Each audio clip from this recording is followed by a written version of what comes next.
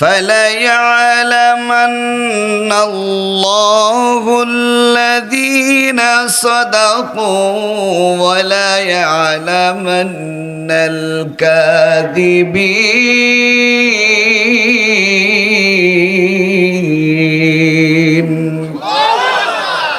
আল্লাহ তাআলা প্রথম আয়াতে বলেন আলিফ লাম মিম, এগুলো হচ্ছে হুরুফুল মুকাত্তাআত। কোরআনের এমন কিছু অক্ষর বিশিষ্ট আয়াত আছে যার অর্থ দুনিয়ার কোন মানুষকে আল্লাহ তাআলা জানিয়ে দেন নাই, এটা জানেন আল্লাহ তাআলা নিজে। সুবহানাল্লাহ বলেন।